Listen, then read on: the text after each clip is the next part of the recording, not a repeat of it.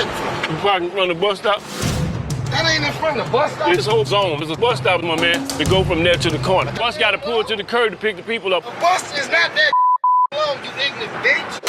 So he says the bus is not that long, you ignorant female dog. So this guy parked his car at the bus stop, but not right up to the sign. He parked like a little bit a ways back. And in situations like that, people like normies, people that don't drive commercial vehicles, for some reason they think that we can maneuver our 40-foot bus around their car into the bus stop so that we're perfectly parallel to the curb and at the bus stop. Like they think we have enough room. That's not how it works. That's not how any of this works. But he's so convinced that he's correct, that he's insulting the parking inspector guy. The bus is not that long, you ignorant bitch. We gotta buy diapers and everything. You gonna take $30 out of his pocket for nothing? He was in the bus stop, you got the ticket.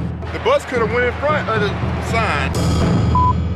The bus could have went in front of the sign. No! Now here's the thing, sometimes we do have to go in front of the sign because you have inconsiderate people who park their cars at the bus stop. But here's the thing, in a lot of cases, the bus stop is placed in an area that's deemed safe and suitable for a bus to board and deboard passengers. Also, when we are trying to board or allow passengers to exit who have mobility devices, whether it's an electric scooter, walker, traditional wheelchair, pulling up to the curb and lowering the bus, kneeling the bus, that is ideal for making sure that they can get on and off the bus safely. So yeah, we can pull up in front of the sign, but why should we have to pull up in front of the sign? Just don't park at the bus stop. How about you park your car in front of the sign out of the bus stop zone? He's wrong on that. So you now look, here come a bus now. Here we go. Yeah. You can actually see it, the bus takes up that entire spot from the sign all the way back. It's kind of looking kind of bad now.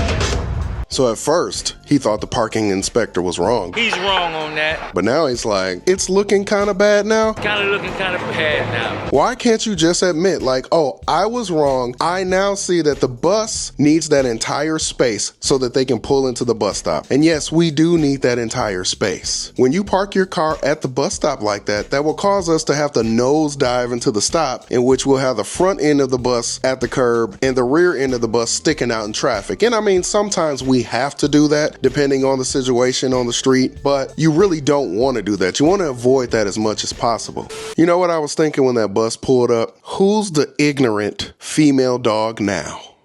The bus is not that long, you ignorant bitch. Let's take a look at a few of these comments. They don't know how a bus stop works. These people have no education. Well, I don't know. Maybe they do. Maybe they don't. Who knows? They definitely are not educated about how a bus stop works, though. I will agree with that. Especially the actual driver of the car calling the parking inspector an ignorant B-word, talking about they don't even need that much room. Yes, they do. So yes, that guy was definitely uneducated, specifically when it comes to the way a bus stop works or how much space a bus needs to pull into the bus stop. LMAO or Lamau. When the bus come, now we looking real stupid. Who's ignorant now? Parking Wars. Love this show. Bring it back. Always a good laugh. I love how the bus just pulled up to prove the point. Lamau. It did indeed take up the whole spot. Skeleton face.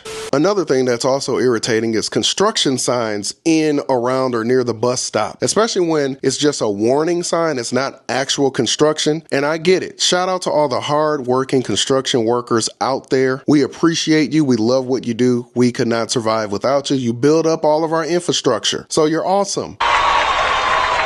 But can you just like maybe not put the sign right at the bus stop? Like here's an example right here. This bus has to pull into the stop and kind of nosedive around this sign because the sign is kind of like in the way. Where that sign is at is where the bus actually needs to already be so that it can pull up to the bus stop and be parallel to the curb so it can be a safer and more smooth boarding and deboarding for our passengers. So that's another thing that happens. And I think even with some of the construction workers, when they put these signs, I know they kind of measure them. Well, I'm assuming they measure them so a certain amount of feet away from the actual construction project is where they want to have the sign so that the motorist can have enough warning to get over, because we don't want to see any construction workers get hurt. It's important that they place those signs out there so that we can warn the drivers. But can we just like move them back back or forward a little bit so that the buses don't have to maneuver all around these signs? Because it's a bad look if we just run the sign clean over. I mean, technically we could run one of those signs just clean over and it won't even be an issue because the signs are like retractable, like they'll get flat and then they'll just pop right back up. So, you know, not a big deal, right? But no, we can't be out here running over construction signs.